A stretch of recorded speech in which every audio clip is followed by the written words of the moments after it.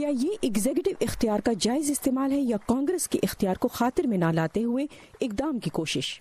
صدر Donald Trump نے کہا ہے کہ بحران کی صورتحال نے انہیں ایسا اقدام کرنے پر مجبور کیا ہے۔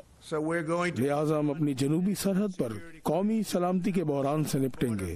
ہم پر منشیات، مجرمانہ گینگز اور تارکین وطن کے حملے جاری ہیں اور یہ ناقابل قبول ہے۔ ڈیموکریٹ صدر کی جانب سے نیشنل ایمرجنسی کے اعلان پر شدید برہم ہیں۔ ہم اس غیر آئینی طاقت کے استعمال پر جتنا ممکن ہوگا ٹرمپ کا مقابلہ کریں گے۔ کچھ ریپبلکن بھی اس پر تشویش کا اظہار کر رہے ہیں۔ ایک بیان میں سینیٹر ٹام ٹیلس نے کہا ہے کہ وہ اس پر یقین نہیں رکھتے کہ نیشنل ایمرجنسی کا اعلان اس کا حل ہے۔ مستقبل میں کوئی ڈیموکریٹ صدر بھی کانگریس کو بائی پاس کر کے اپنی کٹر پالیسی لاگو کر سکتا ہے۔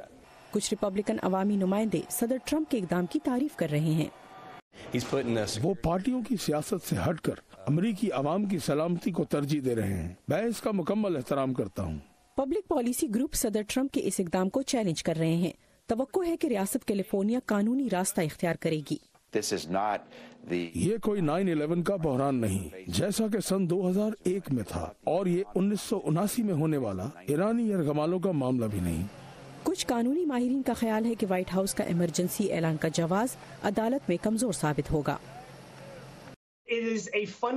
ہماری جمہوریت کا اہم حصہ کانگریس ہے، نہ کہ صدر جو نمائش کے لیے طاقت کا استعمال کرتا ہو، جو یہ فیصلہ کرتا ہے کہ کون سے پروجیکٹ کے لیے فنڈ ہونے چاہیے اور کس کے لیے نہیں۔ گزشتہ ہفتے کانگریس نے امریکی سرحدی سیکیورٹی کو بڑھانے کے لیے ایک امدادی پیکج کی منظوری دی۔ اس میں سرحد پر باڑ کے لیے فنڈز بھی شامل ہیں جن کا صدر نے مطالبہ کیا تھا۔